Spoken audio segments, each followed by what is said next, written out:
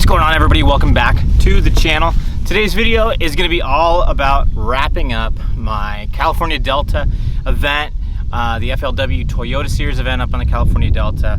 If you guys have watched all the content so far, you could tell that I had a whole bunch of problems going through practice, and I tried to keep a positive mindset. I tried to stay focused, and I tried to stay motivated through all those issues and through all that adversity.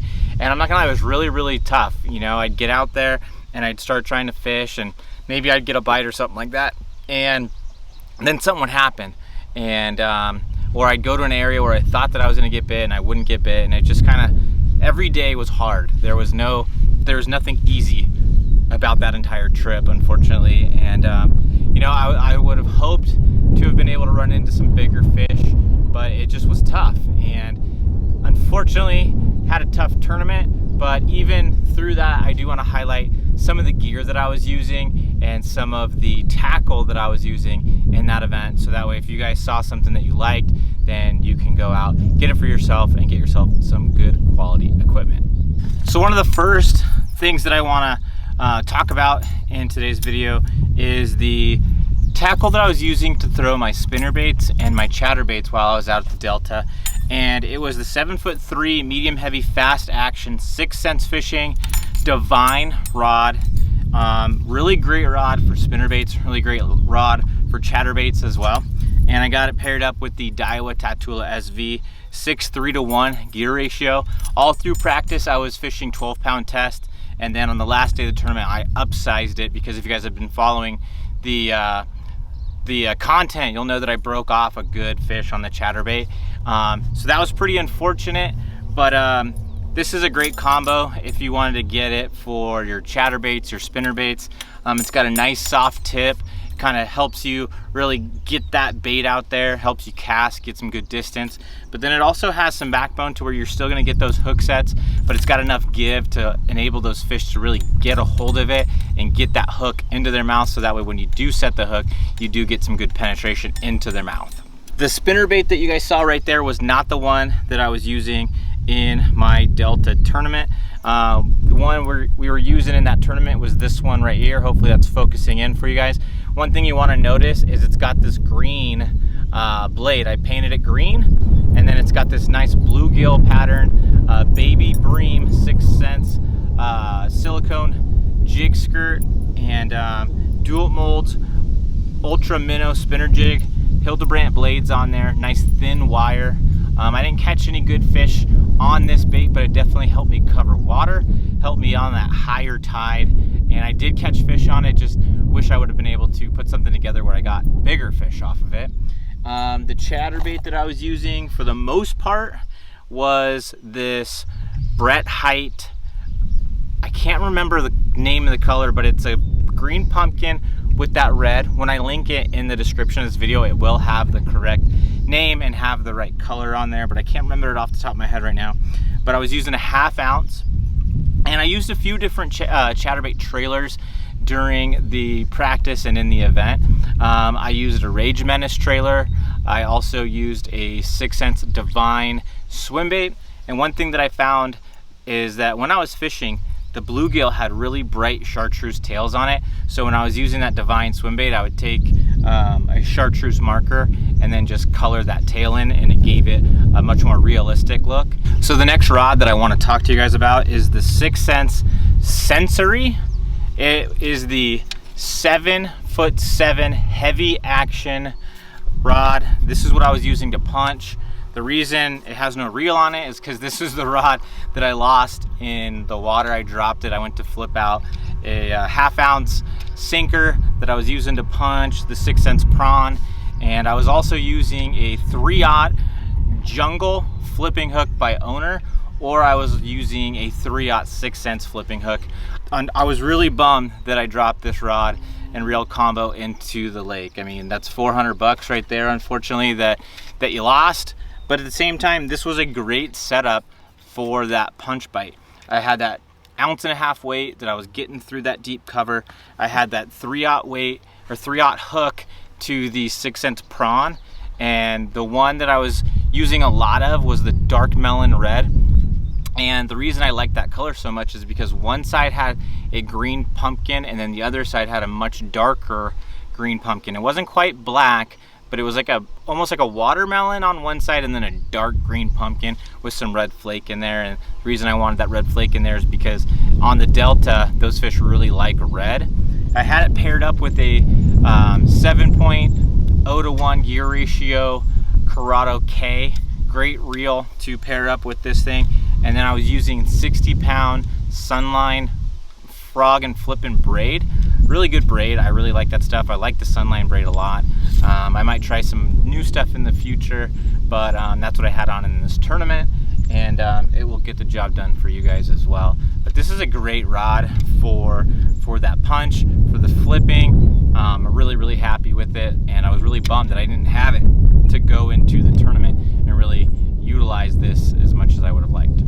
So the next combo I want to talk to you guys about is the 6 Sense Unicorn rod. 7'4" heavy action. This is what I was throwing the Senko on, and the reason I went from the Clout to the Senko is because I was trying to find something that was going to generate a bigger bite. And I was talking to some other people, and they're like, "Nah, you got to really throw the big Senko in order to weed out some of those smaller fish." Obviously, it didn't work out that well for me, but that was why I didn't go with the Clout in this particular tournament. I started off, I did catch a fish in practice on the Clout, and but I was trying to, get that 3 to 4 to 5 pound bite, and I was hoping that the bigger bait would do that, because the 6-inch Senko is a bigger profile than the Clout, so that's what I was going for. I was using a 1/0 owner jungle wacky hook. It was the weedless version, super sharp hooks. Anytime in the owner lineup you see that jungle or that grayish coating on those hooks, they're super sharp. You got to be careful with them. You will hook yourself. The 7'4" heavy action unicorn rod is super light, super sensitive, and I really love this rod. This is what I like to throw a Carolina rig on. I throw heavier jigs on it. I've thrown Alabama rigs on this rod out at Lake Havasu, and I had it paired up with the 7.3:1 gear ratio Daiwa Tatula SV with 14-pound test Sunline FC Sniper fluorocarbon. That 14-pound test was nice because I was able to really pull on those fish. There's a lot of thick grass at the Delta, so as you're going through there, you've got that heavier line on there, and you can get those fish out of that grass, out of that cover, and not have to worry about breaking off. All right, so one more combo that I want to talk to you guys about. 6 Sense Sensory rod again, but this is the 7'2" medium action, and this is the one that I was using to drop shot with. I had 30-pound test braid on here and 10-pound test Gamma Edge fluorocarbon. I just started using the Gamma fluorocarbon, and I'm really happy with it. I really like it. This stuff was super strong, and I really liked it. And the reason I went to the braid to fluorocarbon is because when I'm drop shotting and I'm pitching that drop shot out to specific targets and bringing it back, and this is only when I have a bait caster, is I get a ton of line twist. So I went with the braid to fluorocarbon leader to minimize that line twist, and that's not something I generally do, but I definitely wanted to give it a shot. So I started doing it in practice, and I had good success with it in terms of getting bites. I wasn't breaking my leaders or anything like that, because in the past I have had the braid to fluorocarbon leaders break on the higher line sizes, like your 65-pound braid to your 15-pound test fluorocarbon, and that's probably my fault, but I've had those issues in the past. That's definitely not something that I wanted to test come tournament time. So I decided to spool this up with 30-pound test braid and 10-pound test Gamma fluorocarbon, and it was successful. So I was able to pitch that thing around to different targets, and I probably had like 8-9 foot a leader, so that way basically my knot was always out of the water for the most part, unless I made a long cast or something like that. For most of my pitches that were up close to different like isolated batches of toolies or scattered toolies or something like that, for the most part there was enough of a leader that my knot was even out of the water, or at the very surface. So all that fish saw was going to be nice fluorocarbon, so I didn't have to worry about, you know, them seeing that braid or anything like that. I was able to get a ton of bites on the drop shot, as you guys saw. Just unfortunately didn't get any big bites. I was using a 1/0 owner cover shot hook. That's a great weedless drop shot hook. Those things are super sharp. Depending on what size worm you want to use, you can use the number 1 or the 1/0. I was using a 6-inch worm, so you can use the 1/0, and even at the Delta, I think you can get away with going to that 2/0 hook size on that 6-inch worm. But generally when I'm fishing around in San Diego and stuff like that, I will use the 1/0 on that 6-inch worm. And I was using a robo worm for that one. I just felt like it was giving me a lot of good action, and it's something I had confidence just in years of using it. The reel that I was using for the drop shot was the Shimano Core. They don't make this reel anymore, and I think a good comparable reel to this one would be the Daiwa Tatula SV103. It's the newer model. It's the darker colored one. It's a little bit smaller profile, super light. I have it on this exact same rod, obviously just a different one, but still the 7.2 medium action sensory 6-cents rod, but it has just a different reel on it, and I think it would be a great pairing. You're gonna have a super sensitive rod, great for that pitching, a drop shot, great for some of those lighter shaky heads, great for a Texas rig, great for jerk baits, great for top water. Super versatile rod right here. You can do a lot of different things with it. So I got one final combo that I want to show you guys, and it is the Sense Lux spinning rod, 7'2", medium moderate action spinning rod. It has the Daiwa Fuego spinning reel on there, $100 spinning reel. Super good quality spinning reel for that $100 price point. This rod is 150 bucks, and I really like the split grip on it. And I've got Sunline SX1 braid in the high visibility yellow color. I really like that high visibility braided line for my spinning setups, because a lot of times you have semi-slack line, you're super finesse style baits, so you don't want to have a ton of pressure on your line and on your bait. And when you have that high visibility, when those fish bite, sometimes you're just gonna see that braid just skip on the top of the water. And when you have that high visibility line, you can see that line sitting on top of the water a little bit easier. So that's one of the reasons why I've gone to the high visibility lines. But good drag on this reel. Great reel for 100 bucks, you guys.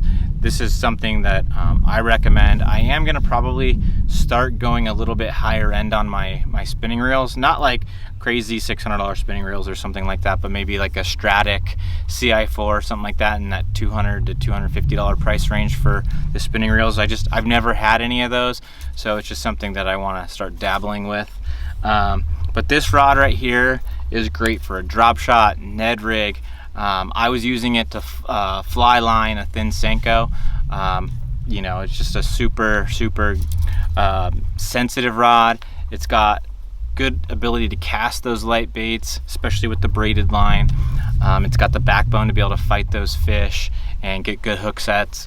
I was using a 3/0, a 2/0 or a 3/0. I don't remember 100%, but it was either 2/0 or 3/0 owner cover shot hook with that thin Senko on this setup. And I had 7-pound test Gamma Touch fluorocarbon. Once again, I'm really happy with the Gamma, but on either one of those, a good substitute to that would be, you know, your Seagar Invisex, Seagar Brazex, or your Sunline FC Sniper fluorocarbon. I'm going to link all that stuff in the description of this video, but those are all good options. And yeah, I mean, I hope that this was beneficial. I hope that this was helpful for you guys, so that way you knew exactly what I was doing out there on the Delta, some of the equipment that I was using. I know that the tournament didn't go over that well, but you know what? I still caught a bunch of fish while I was up there. They just weren't the right quality, right size fish. So I wanted to share what I was doing, what I was using while I was out there. And again, I really have to thank GCI Outdoors for getting me out there for that event and sponsoring it and providing me the opportunity to be out there and fish. I got to thank all my other sponsors as well, Sixth Sense. Without them, I wouldn't have this awesome lineup of rods. Omnia Fishing, really helps me out as well, and I wouldn't have some of this awesome equipment, some of this tackle, all that kind of stuff. Waterland, I can't say enough about these sunglasses. These are the Ashore model. I'm really happy with the sunglasses as well. I was able to see those grass patches, those grass lines, all that stuff's really important when you're out there fishing. You got to really check out Waterland. It's a new company, new pair of sunglasses for you guys, and I know you'll be happy with them. And I got to thank Last Chance Performance Marine, of course. I had some boat issues prior to getting out to this event, and they were able to get me on the water in no time.